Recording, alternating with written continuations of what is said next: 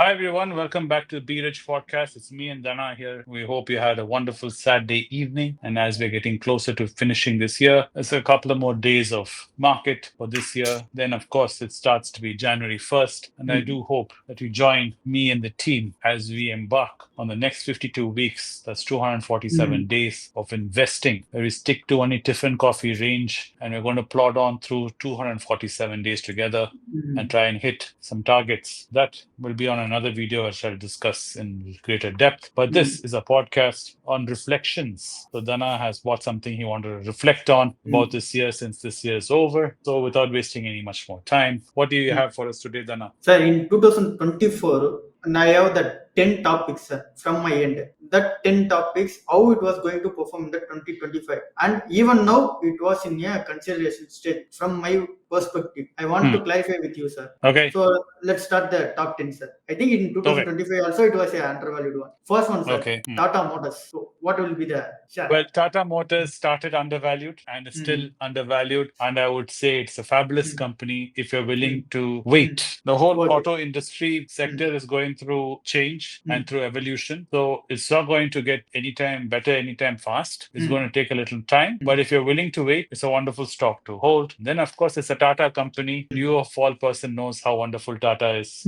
and what Tata companies are all about. Okay, sir. Another question, sir. In the Tata Motors, there is a news that passenger vehicle and commercial vehicle going to separate. How it will impact in the stock prices in the coming years? Let's say something is worth 100 rupees, right? And then we decide to split the 100 rupees into two. Depending on value of assets on each and business of each, that 50 rupees will be broken into two. So the stock, once it's broken, will add up to the total value of what Tata Motors is today. On the time of breaking up, the price will break up into two chunks and together it will be the value of Tata Motors. So let's say Tata Motors is 800 rupees today. Tata Motors commercial, Tata Motors passenger will, let's say, split. Ideally, let's say 400 into two. It won't be 400, but it'll be one will be more than the other. But you'll have two companies and both will start trading independent of each other, unlocking value for investors independently, and each company will grow independently based on its market situation. Then you analyze each company separately based on commercial vehicles, how that sector is doing, and how Tata is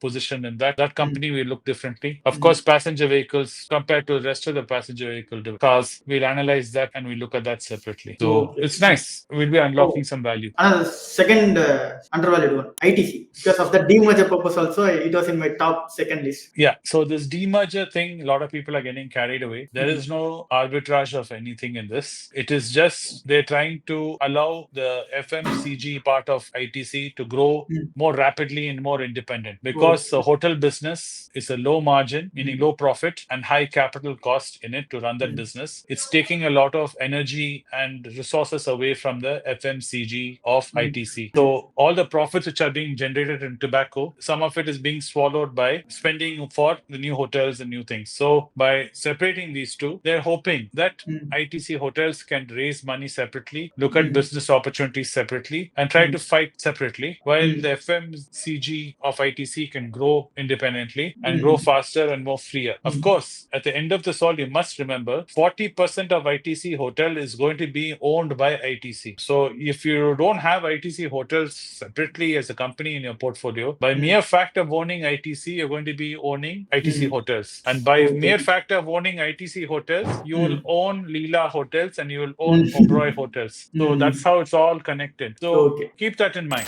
If you're looking at the hotel business, like I said, you'll be owning ITC hotels, will be part of ITC. And because of ITC hotels, you'll have pieces of Oberoi and pieces of Leela also. It's a great company to own. And in terms of arbitrage, there's no real arbitrage per se, but it's a great opportunity to buy. And do realize, which British American Tobacco, when it decides to sell off its holdings in ITC hotels, when it's allocated its share, price of ITC hotels will be under pressure and it will correct in the market. So let's say it launches at 20 rupees, 25 rupees. You might see it dip because they're dumping the stock, and they might dump some ITC also at that time. So you'll see some correction. If you're looking at some short-term gain, it's not going to happen. Okay, sir. Now we are going for the decades. All this 10 I have been going for the decades level. So it will not worry about it. And the Next one, sir. Manappuram Finance. Manappuram Finance, because of what's happening with Bain Capital and the negotiations which are going there, the price is reflecting that more than recovery of the stock. But Manappuram is a great company. It's a gold company, and it has the microfinance company Ashirwad inside it. It was supposed to go as a separate company, but thanks to what is happening in microfinance sector, they have not separated that out of Manappuram. But if Bain Capital does go through, it will inject some fresh capital, fresh money into Manappuram. So that's one of the main reasons you're seeing the stock going up. So that is something that has to be played out and seen. Regardless of Bain Capital doing this deal or not, Manappuram is a great company to own long term, and I feel it's still at value consideration. If you're looking at to buying Manappuram, you should definitely be considering it. And the three banks, sir, that we are discussing in the past video: South Indian, IDFC, and Karnataka Bank. Three in the next list. Yeah, all three banks are great for you Gen Zs. So South Indian Bank, is at 20-30 rupees. IDFC is between 60 to 70 rupees. Karnataka is the one which is a little more expensive, 200 plus. So if you don't have money for a Karnataka, you can split your cash between IDFC and SBA, South Indian Bank. So this is what I feel. And the next one, sir,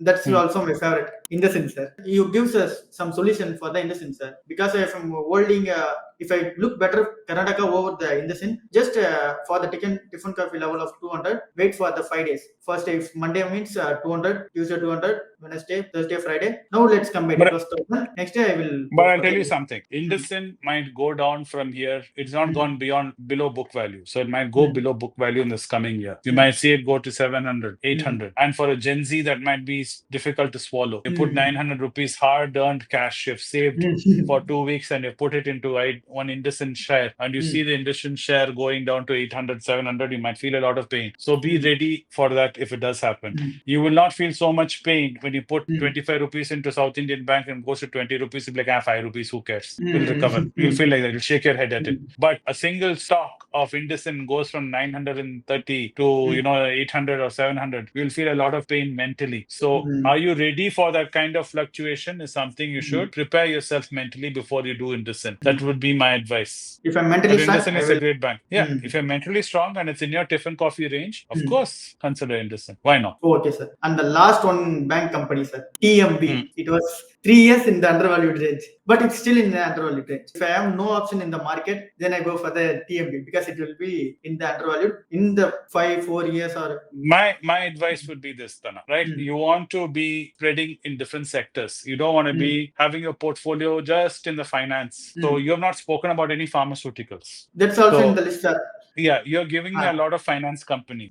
So my advice would be, yes, you have lots of options in finance, but we have already discussed many banks. So spread your money evenly on these banks, but percentage-wise of your portfolio should not be completely lopsided. Just because South Indian Bank and IDFC are Tiffin coffee range, just don't keep blindly buying for the next year only South Indian Bank and IDFC. I mean, you can do that, but you feel a lot more pain because you'll see it really going like this. You rather have different sectors and spread over 10 companies in various places. So overall, it's moving like this and floating around. You'll be like, okay, the finance companies are down, but at least the IT companies are up. You feel slightly better. Otherwise, personally, my advice to you would be, you'll find it very hard to mentally deal with it. Though you're saying now, like you're saying, yeah, I do it.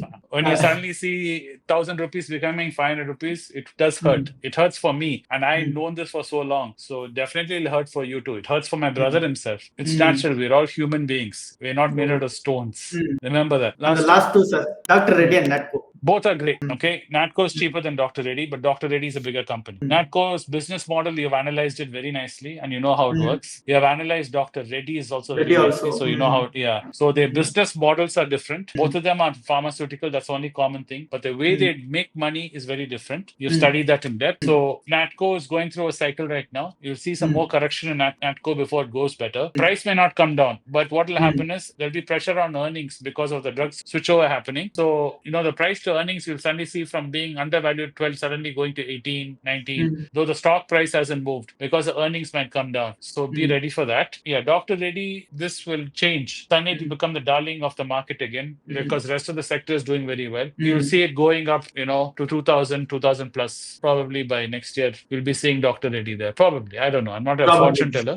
Yeah. If all things goes well and Donald Trump doesn't set the world on fire, we should see some improvement in Reddy's price. price. So both are in consideration if you ask me. But of course, it's very hard for say it is in different coffee. It is not in different coffee. It is slightly a stretch. Maybe if you don't have money for pharma, you can look at ETF, pharma ETF. Okay, sir. From the 10, we have the sector wise of automobiles, we have Tata Motors, and financial options, we have 4 banks in the list. And the gold against loan, we have Manappuram, and FMCG also we have ITC. And the pharma sector, we have Dr. Reddy and Natco. So we are missing the IT part only, sir. We are waiting I for would the say IT. stick to IT, buy ETF in IT because none of the IT companies are in different coffee range. Maybe Wipro is the only one, but I would not say Wipro is a value buy right now. If you're looking for some exposure into IT sector for your generation, you can look at ETF IT sector, which will be a better bet for you guys because you'll spread out your money into all the IT companies through the ETF and give you some exposure in IT. So that's all our top 10. And don't of the forget, 2024. yes, but don't forget also buy some gold throughout the year. Huh? Just don't Okay, keep sir. buying stocks. Hedge Gold your bets ETF and also hedge in against part. it. Yeah, put gold ETF also in your list. It Okay, should sir. be your year ahead. Okay. Okay, sir. That's also in our list. So we have the top 11 picks for the 2024. Same it will continue for the 2025. So far, as they change, Okay. we will definitely bring them up and discuss them. Okay. All right, guys. So that gives you a kind of an outlay and what to do for the last few days of the year, and again, it reflects on what happened in 2024 and what we can do coming 1st of Jan and how we can play as the year progresses. As things change and value changes, we'll definitely me and Dhana discuss it here and bring it to your notice. Till then, happy investing. Like I say, different coffee ranges. Don't go crazy in the market, even if you see some huge turn in the market. If it does warrant some huge change, me and Dhana will definitely put out a video to you saying, hey, it's time we look at something different. Till then, happy investing. Have a wonderful New Year party. Don't go crazy. As I said in the last video, I do have my concerns about your generation out there. And nothing else more to say. And see you again next week in the new year. Thanks for watching the podcast and see you soon. Bye. Thank you.